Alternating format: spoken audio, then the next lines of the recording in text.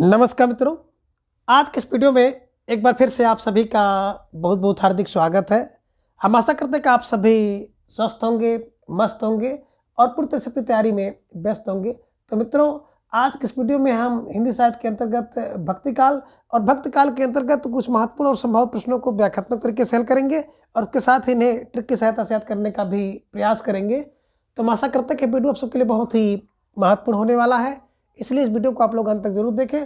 Channel पर नए हैं तो चैनल को सब्सक्राइब कर लें और उसके साथ अगर आपको थोड़ा सा भी उचित लगे तो इस वीडियो को अपने जो परिचित लोग उनके पास भी शेयर करें। तो जैसा कि स्क्रीन पर आप देख पा रहे हैं, प्रश्न संख्या 1 है कि सुदामा चरित्र के इसके द्वारा रचित काव्य ग्रंथ है। ये मतिराम का, बी पद्माकर का, श्रीदेव का, डी नरोत्तम दास का। तो बिल्कुल सही जवाब आपका आ गया। अक्सर विकल्प डी को लॉक किया जाए, विकल्प D Narottam Das is right answer, है ना। कैसे दिमाग में बैठाएंगे तो देखिए, सुदामा का जो चरित्र होता है नरों से उत्तम होता है। नरों से उत्तम में नरोत्तम दास को ध्यान में रख लीजिएगा। व्याख्या देख सकते हैं कि सुदामा चरित्र नामक काव्य ग्रंथ नरोत्तम दास और नंददास दोनों लोगों ने लिखा है, जो कि रीतमुक्त धारा के कवि थे, और आलम ने भी लिखा है। तो एक तो नरोत्तम दास, नंददास और रीतमुक्त धारा के कवि आलम ने, तीनों ने रचा है। लेकिन विकल्प के अनुसार देखेंगे तो केवल नरोत्तम दास संगत उत्तर है, इसलिए नरोत्तम दास सुदामा चरित्र के लेखक हैं। नरोत्तम दास ने सुदामा चरित्र जब लिखा तो अवधी भाषा में लिखा था, ये ध्यान में रख लीजिएगा। ललित लाराम, रसराज, अलंकार पंचाशिका मतिराम के ग्रंथ हैं और पद्माकर के प्रमुख ग्रंथ हैं पद्माभरण, जगत विनोद, प्रबोध पचासा आदि ग्रंथ देखने को मिलते हैं। ठीक है, चलिए अब प्रश्न संख्या 2 है कि गंग कवि किस राजा के दरबारी कवि थे। ये राजा मानसिंह, बी है राणा महाराणा प्रताप, सी अकबर, डी पृथ्वीराज चौहान। तो गंग जो दरबारी कवि थे, विकल्प सी अकबर के दरबारी कवि थे, गंग ध्यान में रख लीजिएगा। ठीक है, चलिए व्याख्या देख लीजिए। कह रहे गंग कवि मुगल कालीन राजा अकबर के दरबारी कवि थे। गंग का पूरा नाम गंगा प्रसाद था। कवि गंग बीरबल के बाल सखा तथा रहीमदास के विशेष कृपा पात्र थे। कवि गंग ने शहजादा खुर्रम की प्रशंसा में एक छंद लिखा था, जिस कारण नूरजहां ने ईर्ष्यावश उन्हें हाथी से कुचला दिया था। तो कभी कभी प्रश्न आ जाता है कि निम्नलिखित में से किस कवि को नूरजहां ने हाथी से कुचलवाया था। तो कवि गंग को आप लोग जान लीजिएगा, ठीक है ना। कवि गंग के प्रमुख ग्रंथ हैं गंग पदावली, गंग पच्चीसी, गंग रत्नावली। तो गंग पदावली, पच्चीसी, रत्नावली इनके हैं। और कवि गंग का अंतिम छंद ये है कि कबहुन भड़ुआ रण चढ़े, कबहुन बाजी बंग, सर सभाएं प्रणाम कर विदा हो तो कवि गंग। भिखारीदास ने गंग के संदर्भ में लिखा है कि तुलसी गंग दो भय सुकबिन के सरदार। प्रश्न संख्या 3 कि धर्म का प्रवाह कर्म, ज्ञान और भक्ति इन तीनों धाराओं से चलता है, यह इनमें से किसका कथन है। रामचंद्र शुक्ल, हजारी प्रसाद द्विवेदी, राम कुमार वर्मा या फिर डॉक्टर नागेंद्र। जवाब देना है। प्रश्न संख्या 3 आपकी स्क्रीन पर है और आप सबका जवाब आ गया कि धर्म का प्रवाह कर्म का, ज्ञान का, भक्ति का सब रामचंद्र से है, रामचंद्र से है, यानी कि रामचंद्र शुक्ल जी का कथन है, ध्यान में रख लीजिएगा। ठीक है, चलिए व्याख्या देखिए। धर्म का प्रवाह कर्म, ज्ञान और भक्ति इन तीनों धाराओं से चलता है, रामचंद्र के कथन, रामचंद्र शुक्ल जी का कथन है। आचार्य रामचंद्र शुक्ल ने भक्ति के संदर्भ में कहा है कि धर्म का प्रवाह कर्म, ज्ञान, भक्ति तीनों धाराओं से चलता है। इन तीनों के सामंजस्य से ही धर्म अपनी सजीव दशा में रहता है। किसी एक के भी अभाव से यह विकलांग रहता है।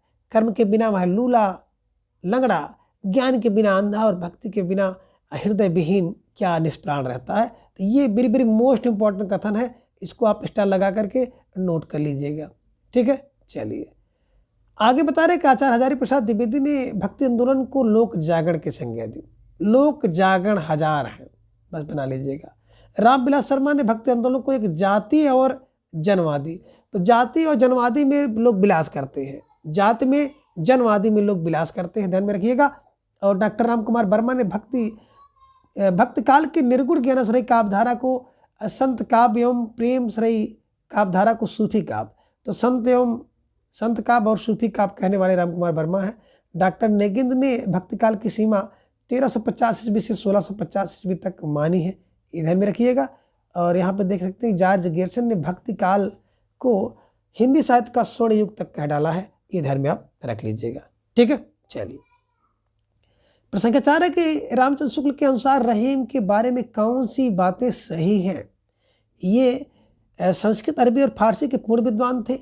बी में आप देख रहे हैं कि हिंदी काव्य के उतने मर्मज्ञ कवि नहीं जितने फारसी के। इनकी दानशीलता हृदय की सच्ची प्रेरणा के रूप में थी। उनकी सभा विद्वानों और कवियों से सदा भरी रहती थी। और डी है कि जब इनसे कोई कुछ मांगने आता तब भी उन्हें अपनी दृढ़ता का अनुभव नहीं होता था। तो इसके हिसाब से देखेंगे प्रश्न संख्या 4 का, तो कूट नीचे आपको दिखाई दे रहा है। कूट के हिसाब से कौन कौन से विकल्प जो है सही है, आपको जवाब देना है। और बिल्कुल ढेर सारे भाई बहनों का जवाब आ गया, सर विकल्प डी को लॉक किया जाए। ए सी डी।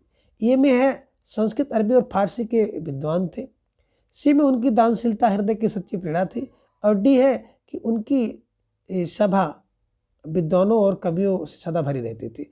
तो एक मतलब ए सी डी विकल्प डी जिन भाई बहनों ने चयन किया था बिल्कुल सही जवाब। बेहद तैयारी आप सबके यहाँ पर दिख रही है। अब इसकी व्याख्या भी थोड़ा सा हम लोग देख लेते हैं। व्याख्या में देख रहे हैं कि रामचंद्र शुक्ल के अनुसार रहीम के बारे में निम्न बातें हैं। एक तो रहीम संस्कृत, अरबी और फारसी के पूर्ण विद्वान थे, बिल्कुल सही है।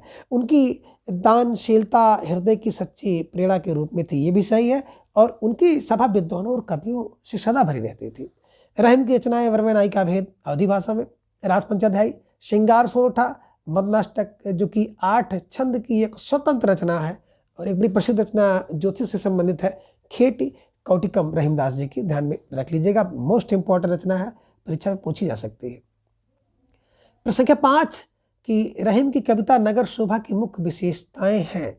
ये बता रहे हैं कि इसमें नगर का जो संकुचित वर्णन किया गया है। दूसरा है कि इसमें वर्ण व्यवस्था के अनुसार उनके जात की स्त्रियों का वर्णन किया गया है। सी है कि इसमें स्त्रियों को उत्कृष्ट कोटि का बताया गया है। और चौथा है कि ये स्त्रियां अपना उत्पाद बेचने का काम करती हैं। तो नीचे कूट आपको दिखाई दे रहा है, कूट के हिसाब से आपको जवाब देना है। प्रश्न संख्या 5 आपके स्क्रीन पर है। और ढेर सारे भाई बहनों ने इसका जवाब भी दे दिया कि सर विकल्प ए को लॉक किया जाए, है ना। 1, 2 और 4 इज राइट आंसर। देखिए इसमें नगर का जो संकुचित वर्णन किया गया बिल्कुल सही है। इसमें वर्ण व्यवस्था के अनुसार उनके जात की स्त्रियों का वर्णन किया गया है।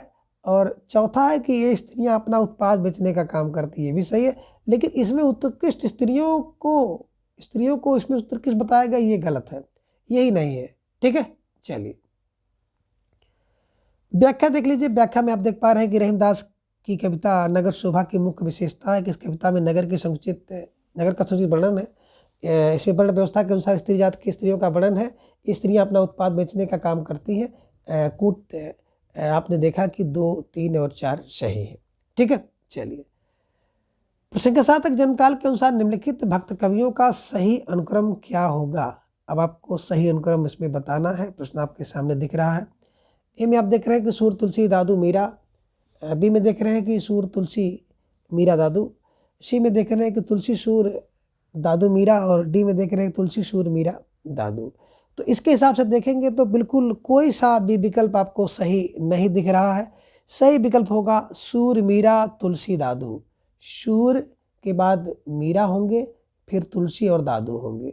तो सूर, मीरा, ध्यान में रख लीजिए, सूर, मीरा, तुलसी, दादू। सूर, मीरा, तुलसी, दादू होगा, ये विकल्प में नहीं है।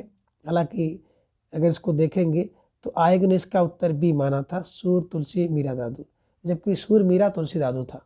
ठीक है, ये ध्यान में आप रख लीजिएगा। सूरदास का 1478 में, मीरा का 1516 से जन्म हुआ, तुलसीदास 1532 में और दादू का 1544 में। ठीक है, चलिए प्रश्न के साथ कृपाराम द्वारा रचित नायिका भेद की सबसे पुरानी पुस्तक कौन सी। हितरंगड़ी, श्रुतिभूषण, उज्ज्वल निर्मणि या कर्णाभरण। तो 7 का जवाब आप सबका आ गया। एक सर विकल्प को लॉक किया जाए। कृपाराम की जो हितरंगड़ी है ना, ये नायिका भेद की सबसे पुरानी पुस्तक है। ठीक है, चलिए आंसर में आप देख सकते हैं कृपा राम कृति हितरंगड़ी 1541 ईस्वी में रीत निरूपण की सबसे पुरानी पुस्तक मानी जाती है। इसमें नायक नायिका के भेदों का उल्लेख है। यह 5 तरंगों में विभक्त है। यह काव्य भाषा में रचित सस्यी काव्य परंपरा का प्रथम ग्रंथ है। उज्ज्वल निर्मणि रूप गोस्वामी तथा श्रुतभूषण कर्णाभरण जो है कर्णेश कवि की रचना है। तो उज्ज्वल निर्मणि आपने देखा रूपनारायण गोस्वामी की रचना, और श्रुतभूषण तथा कर्णाभरण कर्णेश कवि की रचना है, जो कि अलंकार संबंधी ग्रंथ है। ठीक है, चलिए अब प्रश्न संख्या 8 है कि रुद्र संप्रदाय की स्थापना किसने की? रुद्र स्वामी, श्री स्वामी, विष्णु स्वामी या फिर निम्बार्काचार्य ने? तो आपका जवाब भी आ गया कि रुद्र शुद्ध विष्णु होते हैं। तो विष्णु स्वामी को ध्यान में रखिएगा, विकल्प सी को आप हमेशा के लिए लॉक कर लीजिए। तो रुद्र संप्रदाय की स्थापना विष्णु स्वामी ने किया। इनका दर्शन जो है शुद्धाद्वैतवाद है, जबकि सनकादि संप्रदाय की स्थापना निम्बार्काचार्य ने किया था। इनके गुरु का नाम नारद मुनि था तथा इनका जो दर्शन था वो द्वैतवाद था। ये ध्यान में आपको रखना है। अब प्रश्न संख्या 9 है कि रामानुजाचार्य ने किस दर्शन का प्रतिपादन किया? अद्वैतवाद, शुद्धाद्वैतवाद, विशिष्टाद्वैतवाद या फिर द्वैतवाद? तो 9 का जवाब आपका आ गया। अक्सर विकल्प सी को लॉक किया जाए। विकल्प सी विशिष्टाद्वैत। रामानुज जो है ना, राम के अनुज हैं, तो भाई ये विशिष्ट होंगे। विशिष्ट फार विशिष्टाद्वैत को ध्यान में रख लीजिएगा और इन्हें ऐसे ही छाप लीजिएगा। ठीक है, चलिए अब इसकी व्याख्या हम लोग देखते हैं। व्याख्या में आप देख पा रहे हैं कि विशिष्टाद्वैत की बात करते हैं तो विशिष्ट राम के अनुज हैं, रामानुज यानी कि लक्ष्मण जी। श्री संप्रदाय तो श्री लगा दिया जाएगा। जब कोई व्यक्ति विशिष्ट होता है ना, तो हम लोग क्या करते हैं, श्री लगाते हैं, श्री रामानुजाचार्य, है ना। स्मार्ट कौन है? शंकर है। स्मार्ट शंकर है, साथ शंकर साथ से स्मार्ट, तो बिल्कुल अद्वैत है। शंकराचार्य जी अद्वैत है। अद्वैत क्या है? और स्मार्ट इसलिए है कि ये कौन सा वस्त्र कब पहन ले और कौन सा वस्त्र धारण कर ले। देखे होंगे कि जुल्कुल मृग की छाला पहन लिए, बाघ का अंबर पहन लिए, है ना, गले में सुंदर सा जो है सर्प की माला पहन लेते हैं और भस्म यानी कि राख का लेप कर लेते हैं। तो स्मार्ट है, स्मार्ट शंकर हैं, अद्वैत है। शुद्ध बिल्कुल रुद्र शुद्ध विष्णु है। शुद्ध रुद्र विष्णु, रुद्र शुद्ध विष्णु है। तो शुद्धाद्वैत रुद्र संप्रदाय है और विष्णु स्वामी इसके प्रवर्तक है। द्वैत तो ब्रह्मा है। द्वैत ब्रह्मा है और माधव है। तो द्वैतवाद ब्रह्म माधव है, ब्रह्म माधव है, द्वैत ब्रह्म माधव, द्वैत ब्रह्म माधव। ठीक है, चलिए अब प्रश्न संख्या 10 है कि निम्बार्काचार्य का संबंध किस दर्शन से है? निम्बार्का विशिष्टाद्वैतवाद, द्वैताद्वैतवाद या फिर शुद्धाद्वैतवाद? तो देखिए, जब कोई व्यक्ति निम्न खा लेगा ना, तो क्या करेगा? द्वैत, अरे क्या खिला दिया, द्वैत करेगा। तो द्वैत ध्यान में रख लीजिएगा, है ना। द्वैताद्वैत विकल्प सी इज राइट आंसर।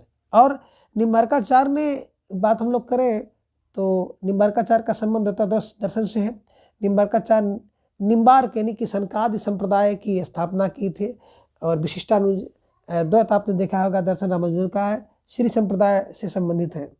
ये ध्यान में रखिएगा। द्वैतवाद ब्रह्म माधवाचार्य ब्रह्म संप्रदाय की ओर से, और शुद्धाद्वैत दर्शन वल्लभाचार्य के रुद्र संप्रदाय से संबंधित है।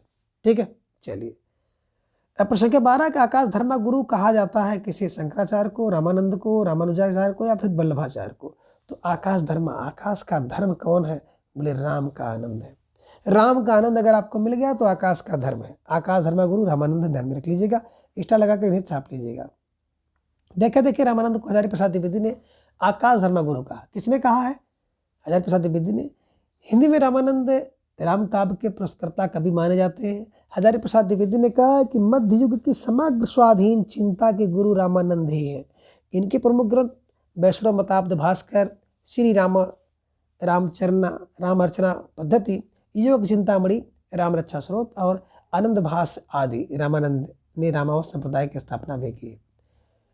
रहीम किसके दरबार में कवि थे? अब आपको जवाब देना है, रहीम किसके दरबार में कवि थे? प्यारा सा प्रश्न आपके स्क्रीन पर आया। पृथ्वीराज, अकबर, रतन सेन या फिर भोजराज? तो आपका जवाब आ गया कि पृथ्वीराज अकबर के दरबार में रहते थे। ध्यान में रख लीजिएगा, स्टार लगाकर इन्हें अपने नोटबुक में दर्ज कर लीजिएगा। अब आप इसका व्याख्या देख सकते हैं कि रहीम अकबर के दरबार में कवि थे। रहीमदास का वास्तविक नाम अब्दुल रहीम खान खाना था। इनके पिता का नाम बैरम खां था, जो कि अकबर के संरक्षक थे तथा मुगल सेना के सेनापति थे।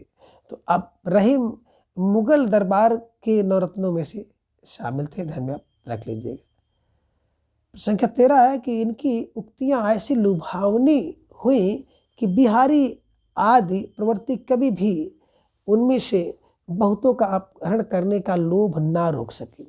आचार्य शुक्ल की यह उक्ति किस कवि के विषय में है? तुलसी, रहीम, कबीर या फिर वृंद? तो ढेर सारे भाई बहनों का जवाब आ गया कि उक्ति के बारे में अगर लुभावनी बात आ जाएगी तो थोड़ा सा रहम करना होगा। कोई व्यक्ति अगर लुभावना हो जाता है, प्यारा हो जाता है, लुभाने वाला होता है ना, तो लोग थोड़ा सा रहम करते हैं।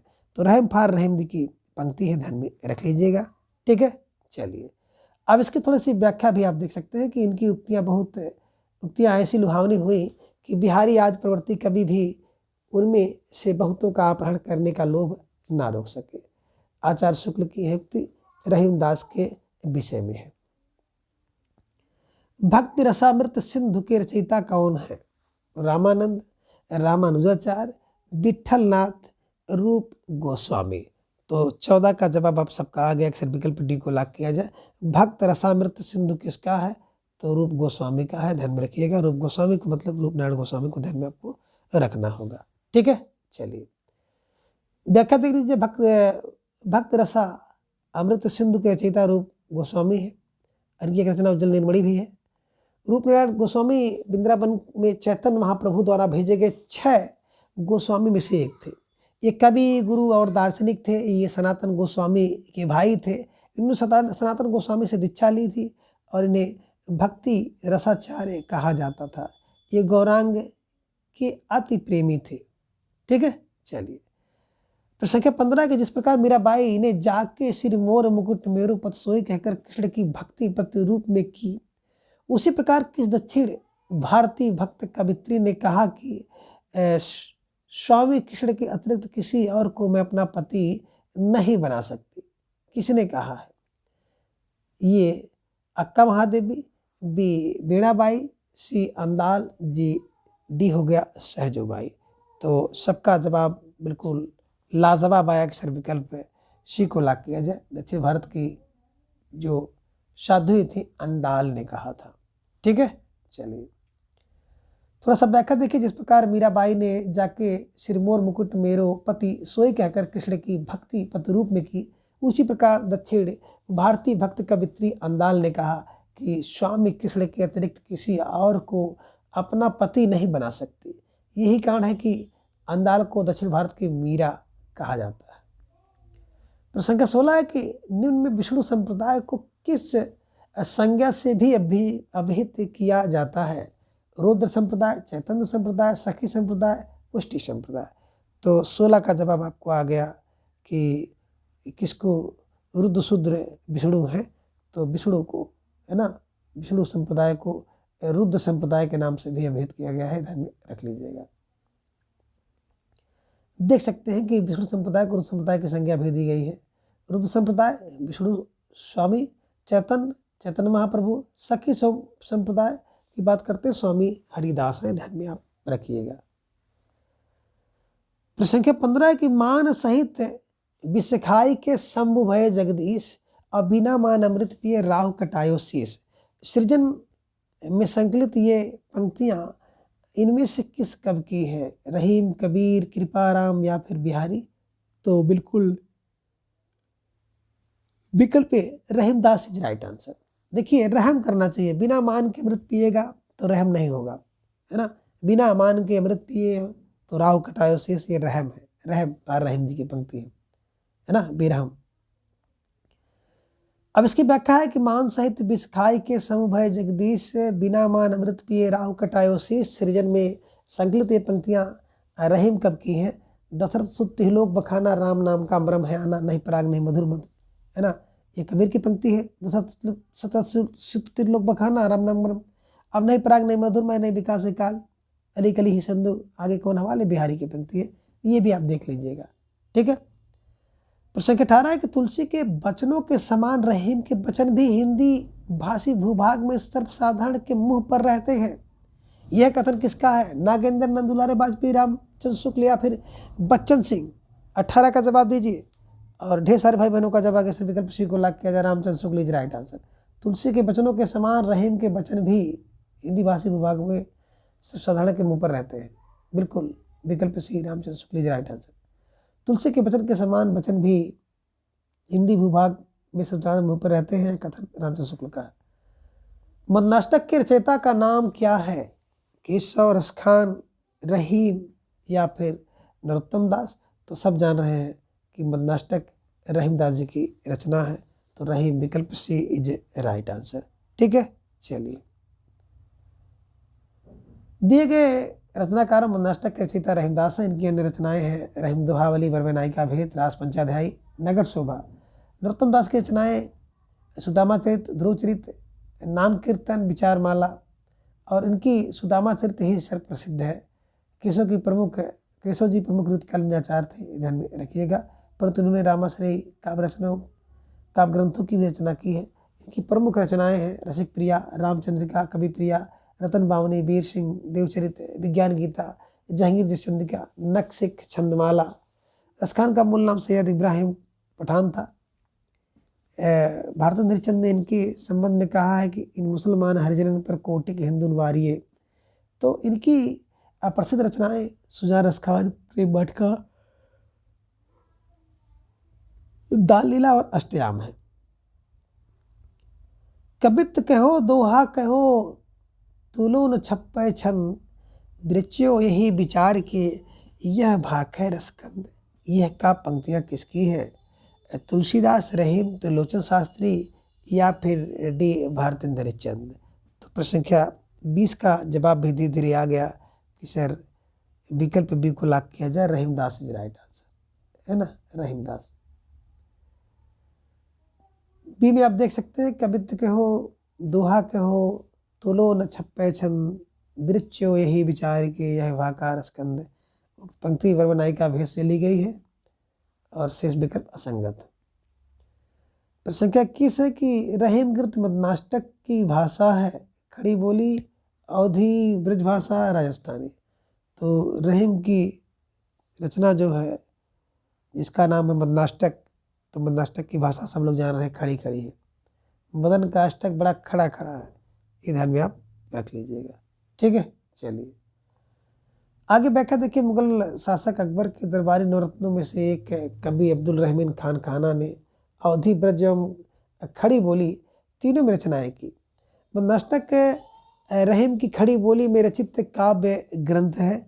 इसके अतिरिक्त रहीम ने अवधी भाषा में वर्वय नायिका भेद तथा ब्रज भाषा में रहीम दोहावली या रहीम सत्सई की रचना की। प्रश्न संख्या 22 है कि खेट कौटुकम किसकी रचना है? रहीम, रसखान, कवि गंग या फिर दादू दयाल। तो 22 का जवाब आगे अक्षर विकल्प को लॉक किया जाए। जो खेट कौटुकम है ना, तो खेत कौटुकम ये रहीम की रचना है, ध्यान में रख लीजिएगा। ठीक है, विकल्प ये रहीम इज राइट आंसर। व्याख्या देख लीजिए। खेट कौटुकम रहीम की रचना है। इनकी रचनाएं नगर शोभा, वर्व नायिका भेद, रहीम दोहावली या सत्सई, श्रृंगार सोठा, मन्नाष्टक, रास पंचाध्यायी आदि है। रहीम का ब्रज अवधी भाषा पर समान अधिकार था। इन्होंने मुक्तक शैली अपनाई है। ये हिंदी साहित्य में नीतिकार के रूप में प्रसिद्ध हैं। वर्व नायिका भेद, नगर शोभा, रहीम के नीति संबंधी ग्रंथ हैं। वर्व नायिका भेद अवधी भाषा में लिखा गया तथा प्रथम रीत निरूपण संबंधी ग्रंथ है। और रहीम ने अपने काव्य में ब्रज, अवधी, खड़ी बोली तीनों का प्रयोग किया है। तो उनके ग्रंथ मन्नाष्टक की भाषा खड़ी बोली हिंदी और एवं दोहा ब्रज भाषा में है। अब प्रश्न 23 है कि उत्तर भारत में भक्ति का प्रसार करने का श्रेय किसे जाता है? शंकराचार्य, रामानुजाचार्य, रामानंद या फिर माधवाचार्य। तो 23 का जवाब फटाफट आ गया कि उत्तर भारत में जो प्रचार करने वाले थे ना भक्ति का, रामानंद। राम ने भक्ति का प्रचार करके बड़ा आनंद प्राप्त किया था। तो ऐसे कुछ क्लू बना करके आप दिमाग में बैठा लीजिएगा। ठीक है, चलिए अब प्रश्न संख्या 24 इसका व्याख्या देख लीजिए। उत्तर भारत में रामानंद ने भक्ति आंदोलन का प्रचार प्रसार किया। राघवानंद ने उत्तर भारत में राम भक्ति का प्रवर्तन किया, परंतु इसे प्रतिष्ठित और प्रसारित रामानंद ने किया। रामानंद को आकाश धर्मा गुरु आचार्य हरिप्रसाद द्विवेदी ने कहा। प्रश्न संख्या 24 तक रचना और रचनाकार के दृष्टि इनमें से कौन सा विकल्प गलत है? बेल कृष्ण रुक्मिणी री चतुर्भुज दास की पंक्ति यह संगत है। ध्यान मंदिर अग्रदास की यह संगत है। वर्व नायिका भेद रहीम के ये या भक्तमाल नाभादास का है। तो ये कौन सा असंगत है आपको जवाब देना है। और ढेर सारे भाई बहनों का जवाब आगे सर विकल्प ये को लॉक किया जाए कि बेल कृष्ण रुक्मिणी री ये चतुर्भुज दास की पंक्ति नहीं है, बल्कि पृथ्वी राज की पंक्ति है, ध्यान में रख लीजिएगा। ठीक है, चलिए आगे प्रश्न संख्या 25 है कि भक्ति आंदोलन को ईसाइत की देन कहने वाले इतिहासकार कौन है? ये जॉर्ज गियर्सन, मिस्र बंधु, गासादात आसिया, शंकरतायन। तो देखिए, ईसाइत की देन गियर्सन, ईसाइत की देन गियर्सन, ईसाइत गियर्सन, तो ध्यान में रख लीजिएगा, ईसाइत की देन गियर्सन है। गियर्सन ने कहा भक्ति ईसाइत की देन है, जॉर्ज अब्राहम गियर्सन महोदय ने कहा है, ध्यान में आप रख लीजिएगा। ठीक है, चलिए अब इसकी व्याख्या देख लीजिए।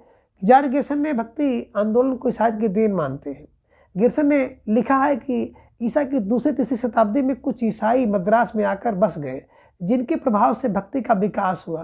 तो गियर्सन ने भक्ति काल को हिंदी का स्वर्ण युग भी माना है, ध्यान में आप रख लीजिएगा। प्रश्न संख्या 26 है कि हिंदी साहित्य के किस युग को स्वर्ण युग कहा जाता है? रीतिकाल, आदिकाल, आधुनिक काल या फिर भक्ति काल? तो भक्ति को ही स्वर्ण युग कहा गया है, ध्यान में रख लीजिएगा। भक्ति काल को स्वर्ण युग कहा गया, ध्यान में रख लीजिएगा। अब व्याख्या देख लीजिए कि हिंदी साहित्य के भक्ति काल को स्वर्ण युग कहा जाता है। जॉर्ज गियर्सन ने भक्ति काल को स्वर्ण युग कहा है। रामविलास शर्मा ने भक्ति काल को लोक जागरण काल कहा। लोक जागरण भक्ति में लोक विलास करते हैं, है ना। तो रामविलास शर्मा ने लोक जागरण कहा। हजारी प्रसाद द्विवेदी ने भक्ति काल को लोक जागरण कहा है। तो रामविलास ने लोक जागरण काल कहा और हजारी प्रसाद द्विवेदी ने केवल लोक जागरण कहा है, काल नहीं कहा है। ठीक है, चलिए प्रश्न के 27 भक्त आंदोलन को लोक जागरण किसने कहा? डॉक्टर नागेंद्र, राहुल शंकरतायन, रामविलास शर्मा या फिर हजारी प्रसाद? तो लोक जागरण हजार है। ठीक है, विकल्प डी इज राइट आंसर। प्रश्न इसका व्याख्या देख लीजिए। हजारी प्रसाद द्विवेदी ने भक्ति आंदोलन को लोक जागरण कहा है। आचार्य हजारी प्रसाद द्विवेदी ने भक्ति आंदोलन के उदय के संदर्भ में कहा है कि लेकिन मैं जोर देकर कहना चाहता हूँ कि अगर इस्लाम नहीं आया होता तो भी इस साहित्य का 12 आना वैसा का वैसा ही होता जैसा आज है। प्रश्न संख्या 28 है कि भक्ति काल में बौद्ध धर्म की देन, भक्ति काल को बौद्ध धर्म की देन किसने कहा? हजारी प्रसाद द्विवेदी, जॉर्ज गियर्सन, धीरेन्द्र वर्मा या फिर डी रामचंद्र शुक्ल? तो भक्ति काल को बौद्ध धर्म की देन किसने माना है, ये आपको जवाब देना है। प्यारा सा प्रश्न आपकी स्क्रीन पर है और धीरे धीरे आप सबका जवाब आगे सर विकल्प को लॉक किया जाए।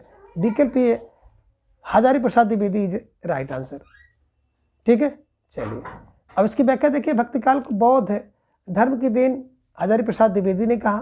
गियर्सन ने भक्ति काल के उदय को ईसाई धर्म की देन माना है और आचार्य रामचंद्र शुक्ल ने भक्ति काल का उदय पराजित मनोवृत्ति या इस्लामिक आक्रमण की देन माना है। ये भी आप ध्यान में रख लीजिएगा। ठीक है, चलिए प्रश्न संख्या 29 है कि अपने पौरुष से हताश जात के लिए भगवान की शक्ति और करुणा की ओर ध्यान ले जाने के अतिरिक्त दूसरा मार्ग ही क्या था? ये कथन किसका है? रामचंद्र शुक्ल का, विद्यानिवास मिश्र का, हजारी प्रसाद द्विवेदी या नामवर सिंह का? तो 29 का जवाब बिल्कुल लाजवाब आया कि सर विकल्प को लॉक किया जाए, रामचंद्र शुक्ल। जब व्यक्ति हताश निराश हो जाता है ना भगवान, तो रामचंद्र की शरण में जाता है ना। हताश जाति के लिए भगवान कौन है? रामचंद्र है। तो रामचंद्र शुक्ल को ध्यान में रख लीजिएगा। ठीक है, चलिए अब यहाँ पे व्याख्या देख लीजिए कि अपने पौरुष से हताश जात के लिए भगवान की शक्ति और करुणा की ओर ध्यान ले जाने के अतिरिक्त दूसरा मार्ग ही क्या था? भक्त के संबंध में यह कथन आचार्य रामचंद्र शुक्ल का है। हजारी प्रसाद द्विवेदी ने इस संबंध में कहा है कि लेकिन जोर देकर कहना चाहता हूँ कि अगर इस्लाम नहीं आया होता तो भी इस साहित्य का 12 आना वैसा ही होता जैसा आज है। प्रश्न संख्या 30 है कि निम्नलिखित में से कौन सा काव्य भक्ति काल का नहीं है? ये संत काव्य, बी है राम भक्ति काव्य, सी छायावादी काव्य, डी सूफी काव्य? तो 30 का जवाब आपको देना है। प्यारा सा प्रश्न आप सबके स्क्रीन पर है और ढेर सारे भाई बहनों का जवाब आ गया कि भक्ति काल के अंतर्गत ये जो छायावादी काव्य नहीं आता है। ठीक है, चलिए प्रश्न संख्या 31 है कि भक्ति का प्रारंभ कहाँ से हुआ? तो पूर्वी भारत, दक्षिण भारत, पश्चिम भारत है और उत्तरी भारत। तो आप लोगों ने इसको पढ़ा भी होगा, भक्त द्रविड़ी उपजी लाए रापानंद, है ना।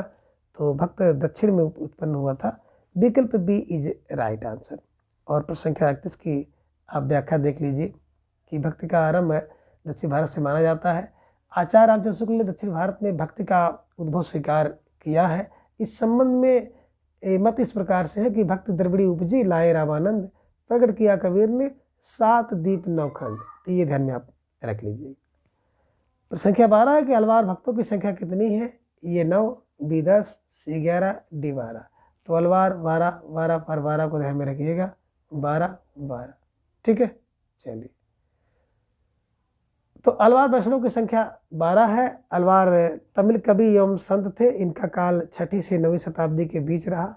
इनके पदों का संग्रह दीप प्रबंधम कहलाता है, जो वेदों के तुल्य माना जाता है। अलवार संत भक्ति आंदोलन के जन्मदाता माने जाते हैं। प्रश्न 33 है कि समग्र भक्तिकालीन काव्य पर कौन सी विशेषता लागू होती है? ये कह रहे अवतार विश्वास, बी जात प्रथा का निषेध, सी अहंकार का त्याग, डी ईश्वरीय लीला का गायन। तो इसके हिसाब से अगर देखेंगे तो बिल्कुल समग्र भक्तिकालीन पर कौन सी विशेषता लागू नहीं होती है? विकल्प सी अहंकार का त्याग इज राइट आंसर, है ना। ये विशेषता सब पे लागू होती है। प्रश्न 34 है कि रामानंद की शिष्य परंपरा में आते हैं? रंगाचार्य, नाथ मुनि, रामानुजाचार्य या पुंडरीकाच। तो 34 का जवाब बिल्कुल सही आ गया कि रामानंद जो है ना, रामानुजाचार्य की शिष्य परंपरा में आते हैं। रामानंद को बिल्कुल अगर देखा जाएगा तो विकल्प सी रामानुजाचार्य, रामानंद की शिष्य परंपरा में आने वाले रामानुजाचार्य, ध्यान में रख लीजिए। अब इसके हिसाब से व्याख्या देखिए कि रामानंद रामानुजाचार्य की शिष्य परंपरा में आते हैं। रामानंद को भक्ति आंदोलन का महान संत माना जाता है। इन्होंने राम भक्ति धारा को समाज के निचले तबके तक पहुंचाया।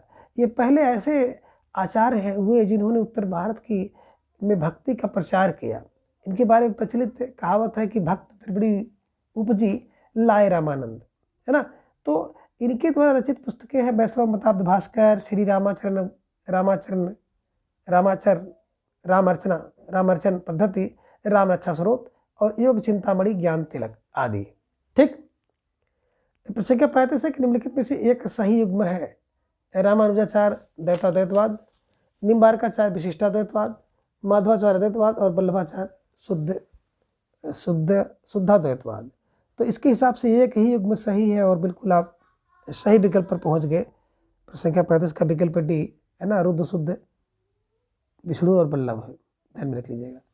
रामानुजाचार्य द्वैतवाद नहीं बल्कि आप देखेंगे तो विशिष्टाद्वैतवाद के हैं। निम्बार्काचार्य द्वैताद्वैतवाद है, ध्यान में रख लीजिएगा। माधवाचार्य बिल्कुल द्वैतवाद है, द्वैत है माधव। तो ये सब ध्यान में रख लीजिएगा। ब्रह्म संप्रदाय द्वैतवाद।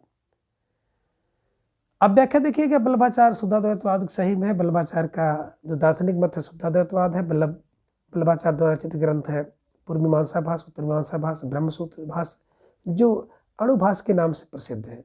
श्रीमद् भागवत की सूक्ष्म टीका तथा सुबोधनी टीका, तत्वदीप निबंध आदि इनकी रचनाएं हैं। प्रश्न 36 है कि अद्वैतवाद के अनुसार आपको सही विकल्प लगाना है। ये कह रहे कि जीव और ब्रह्मा एक हैं। बी में है कि संसार सत्य है, सी है कि जीव और ब्रह्मा अलग अलग हैं और डी है कि ब्रह्म विशेषण युक्त है। तो 36 का जवाब आप सबको देना है। प्यारा सा प्रश्न है और ढेर सारे भाई बहनों का जवाब सर विकल्प एक को लग किया जाए। जीव और ब्रह्म एक है, ये विकल्प इज राइट आंसर। ठीक है, चलिए। तो अद्वैतवाद के अनुसार जीव और ब्रह्म एक है। अद्वैतवाद दर्शन की वह धारा है जिसमें एक तत्व को ही मूल माना जाता है। वेद तथा उपनिषदों में एक पुरुष या एक ब्रह्म का सर्वप्रथम प्रतिपादन मिलता है। अद्वैतवाद के संस्थापक शंकराचार्य हैं। प्रश्न 37 है कि कृष्ण के साथ राधा की महानता किस संप्रदाय की विशेषता है? श्री, रुद्र, ब्रह्म या सनकादि। तो 37 का जवाब आ गया अक्षर विकल्प डी को लॉक किया जाए। सनकादि संप्रदाय में कृष्ण के साथ जो है राधा की जो महानता सनकादि संप्रदाय में है।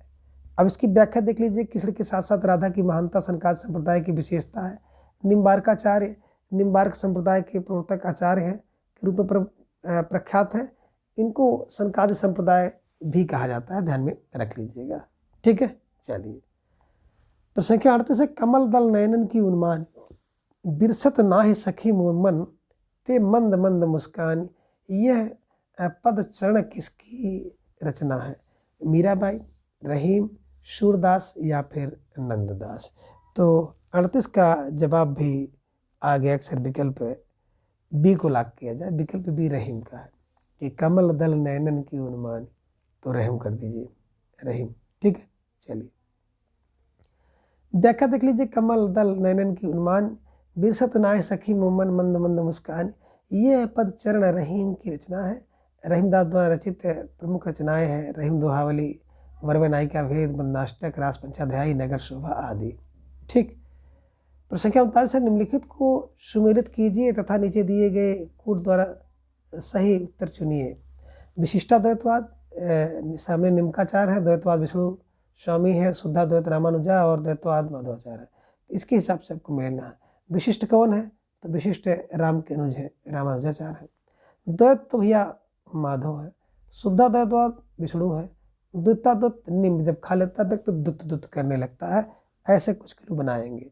तो इसके हिसाब से देखेंगे ए का 3 और बी का 4, ए का 3 बी का 4, ए का 3 बी का 4, विकल्प डी इज राइट आंसर। ठीक है, चलिए आप व्याख्या देख सकते हैं। विशिष्ट है रामानुजाचार्य है, विशिष्ट है राम, द्वैत है माधव, शुद्ध है विष्णु, शुद्धा द्वैत निम्बार्काचार्य। तो यहाँ पे शुद्धा द्वैत द्वैता द्वैत है। ठीक है, प्रसंख्या 40 है कि संमत 1375-1700 तक के साहित्य में कौन सी भावधारा परिलक्षित होती है? श्रृंगारिता, वीरता, रीति या फिर भक्ति। विकल्प डी भक्ति इज राइट आंसर। अब थोड़ा सा इसकी व्याख्या देख लीजिए। संमत 1375-1700 तक के साहित्य में भक्ति भावधारा परिलक्षित होती है। इस काल में भक्ति अपने चरमोत्कर्ष पर थी। तुलसी और सूर जैसे कवियों ने भक्ति का पूर्ण प्रसार किया। डॉक्टर गियर्सन ने भक्ति काल को हिंदी का स्वर्ण युग कहा। ये ध्यान में आप रखिएगा। प्रसंख्या 41 ओमजय जगदीश हरे आरती किसने लिखी है? श्रद्धाराम पुलरी, राजा शिव सितारे हिंद, शिवानंद या फिर हरिहर गोस्वामी। तो मैंने आपको बताया था ना कि जब आपके अंदर फुल श्रद्धा होगी तब आप गाओगे ओम जय जगदीश हरे। तो जब फुल श्रद्धा होती है तो व्यक्ति ओम जय जगदीश हरे गाता है। ठीक है, फुल श्रद्धा पर श्रद्धाराम पुलरी को ध्यान में रखिएगा। आप देख भी सकते हैं इसकी व्याख्या कि ओम जय जगदीश हरे आरती की रचना श्रद्धाराम पुलरी ने की। इनके द्वारा रचित उपन्यास भागवती, आत्मचिकित्सा, तत्वदीपक, धर्म संवाद, उपदेश संग्रह आदि इनके काव्य ग्रंथ हैं। द्वैतवाद के प्रणेता माधवाचार्य, वल्लभाचार्य, रामानुजन या फिर रामानंद। तो 42 का जवाब भी फटाफट आ गया कि जो द्वैतवाद है ना उसके जो प्रवर्तक है माधवाचार्य, द्वैत है माधवाचार्य। विकल्प इज राइट आंसर। व्याख्या एक बार देख लीजिए कि द्वैतवाद के प्रणेता माधव, द्वैत है माधव तो ब्रह्म। विशिष्ट है राम के अनुज श्री संप्रदाय। शुद्ध है वल्लभाचार्य तो रुद्र शुद्ध विष्णु। द्वैता द्वैत निम्न खाने के बाद सनकाद संप्रदाय या निम्बार्क संप्रदाय, दोनों नाम से जाना जाता है, ध्यान में रख लीजिएगा। प्रसंख्या 43 है कि शुद्धा द्वैतवाद दर्शन के प्रवर्तक शंकराचार्य, माधवाचार्य, वल्लभाचार्य और विष्णु स्वामी है। तो रुद्र शुद्ध कौन है? रुद्र विष्णु और वल्लभ विष्णु। तो 43 में अगर आप देखेंगे तो रुद्र के प्रवर्तक की बात की जा रही है। विकल्प सी वल्लभाचार्य इज राइट आंसर। ठीक है, रुद्र शुद्ध विष्णु वल्लभ। ठीक, चलिए तो शुद्ध दर्शन के प्रवर्तक वल्लभाचार्य हैं। वल्लभाचार्य विष्णु स्वामी के ही शिष्य थे। शंकराचार्य अद्वैतवाद के प्रवर्तक हैं और मध्वाचार्य द्वैतवाद के प्रवर्तक हैं। प्रसंख्या 44 है कि हिंदी का भक्ति काल बाहरी आक्रमण की प्रतिक्रिया है। यह कथन निम्नलिखित में से किस विद्वान का है? गियर्सन, हजारी प्रसाद द्विवेदी, रामचंद्र शुक्ल या पुत्र में से कोई नहीं। तो विकल्प सी रामचंद्र शुक्ल ने ऐसा कहा था कि बाहरी आक्रमण की प्रतिक्रिया है ना, रामचंद्र शुक्ल। व्याख्या देख सकते हैं उपयुक्त कथन आचार्य रामचंद्र शुक्ल का है। डॉक्टर गियर्सन जी ने भक्ति काल का उदय ईसाइत की देन माना है। हजारी प्रसाद द्विवेदी ने भारतीय चिंतन धारा का स्वाभाविक विकास माना है। आप प्रसंख्या 45 है कि रामानुज के श्री संप्रदाय में किसकी उपासना होती है? शंकर, ब्रह्मा, विष्णु या फिर लक्ष्मी। तो श्री संप्रदाय में आप लोग जान ही रहे हैं कि विष्णु की उपासना होगी। श्री संप्रदाय में विष्णु। ठीक है, व्याख्या देख लीजिए कि रामानुज के श्री संप्रदाय में विष्णु की उपासना होती थी। ये राम को विष्णु का अवतार मानते हैं। इनका दार्शनिक सिद्धांत विशिष्टा द्वैत सिद्धांत कहलाता है। कहा जाता है कि लक्ष्मी ने इन्हें जिस मत का उपदेश दिया था उसी के आधार पर इन्होंने अपने मत का प्रवर्तन किया, इसलिए इनके संप्रदाय को श्री संप्रदाय कहा जाता है। प्रश्न संख्या 46 है कि इनमें से कौन अलवार महिला संत है? अंडाला, अजका मासी, सहजोबाई, मीराबाई। तो अंडाला इज राइट आंसर। विकल्प एक को आप लोग सही कर लीजिए। ठीक है। अलवार संत महिला, अलवार संत दक्षिण के वैष्णव संत हैं, इनकी संख्या 12 है। अंडाल दक्षिण भारत की महिला संत है, जबकि सहजोबाई तथा मीराबाई उत्तर भारत की महिला संत है। प्रश्न संख्या 47 है कि इनमें कौन वैष्णव भक्त के आचार नहीं है? वल्लभाचार, मध्वाचार, शंकराचार्य या फिर डी रामानुजाचार। तो धीरे धीरे ढेर सारे भाई बहनों का जब आगे सर विकल्प सी को लाग किया जाए। विकल्प सी जो शंकराचार्य है ना, ये वैष्णव भक्त के आचार्य नहीं है, ध्यान में रख लीजिएगा। व्याख्या देख सकते हैं। वल्लभाचार शुद्धाद्वैतवाद, माध्वाचार द्वैतवाद और रामानुजाचार विशिष्टाद्वैतवाद से संबंधित है। ये सभी वैष्णव भक्ताचार है। वैष्णव भक्त में सगुण की प्रधानता रहती है, जबकि शंकराचार्य अद्वैत से संबंधित आचार है। इसका मुख्य धर्म या भक्ति स्मृत है, जिसमें निर्गुण की प्रधानता रहती है, ध्यान में रखिएगा। प्रश्न संख्या 48 है कि भक्त की समय सीमा क्या है?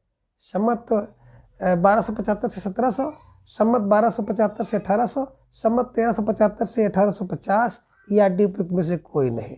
तो प्रश्न संख्या 48 का जवाब आ गया कि विकल्प डी उपयुक्त में से कोई नहीं। इधर में रखिएगा। 1050 से 1375 और 1375 से 1700 समय होता है, इसमें विकल्प नहीं है। ठीक है। चलिए, ये देख भी सकते हैं व्याख्या कि भक्त की समय सीमा 1375 विक्रम संवत से 1700 विक्रम अर्थात 1318 से 1683 तक मानी जाती है, जो कि विकल्प में नहीं। अब प्रश्न संख्या 49 है, निम्नलिखित में से कौन ब्रह्म संप्रदाय के प्रवर्तक हैं? विष्णु स्वामी, निम्बार्काचार्य, हित हरिवंश या फिर माधवाचार्य। तो माधव क्या है? ब्रह्म है माधव, ध्यान में रखिएगा। माधवाचार्य ब्रह्म संप्रदाय। ठीक है। चलिए, यहाँ पे व्याख्या देख लीजिए कि ब्रह्म संप्रदाय के माधवाचार्य और इनका सिद्धांत है द्वैतवाद। श्री संप्रदाय श्री रामानुजाचार्य विशिष्टाद्वैत, रुद्र संप्रदाय विष्णु स्वामी शुद्धाद्वैतवाद, सनकाद संप्रदाय निम्बार्काचार्य का द्वैताद्वैतवाद, रुद्र वल्लभाचार्य और शुद्धाद्वैत संप्रदाय है, राधा वल्लभ हित हरिवंश संप्रदाय, ध्यान में रख लीजिएगा। आगे प्रश्न संख्या 50 है कि भ्रमर गुफा के लिए दूसरा उपयुक्त नाम क्या होगा? ब्रह्मरंध्र, हृदय, नाभिचक्र, मूलाधार। तो ब्रह्म गुफा का दूसरा जो नाम है विकल्प ये ब्रह्मरंध्र। भ्रमर गुफा का दूसरा नाम है ब्रह्मरंध्र इज राइट आंसर। जिन भाई बहनों ने विकल्प का चुनाव किया था बिल्कुल सही जवाब। बेहद सुंदर तैयारी आप सबको यहाँ पर दिख रही, निश्चित रूप से आप सब बधाई के पात्र है। व्याख्या देख सकते हैं, भ्रमर गुफा के लिए दूसरा उपयुक्त नाम है ब्रह्मरंध्र, है ना। तो शेष सभी असंगत है। तो मित्रों, आज के इस वीडियो में बस इतना। अगले वीडियो में हम इसके अगले भाग को जानेंगे। तब तक के लिए आप सभी अपना बेहद ख्याल रखें, अपना अधिक से अधिक समय अपने अध्ययन पर लगाएं, अपना प्रेम स्नेह विश्वास इस तरह से चैनल पर बनाए रखें। धन्यवाद, नमस्कार, बाय बाय।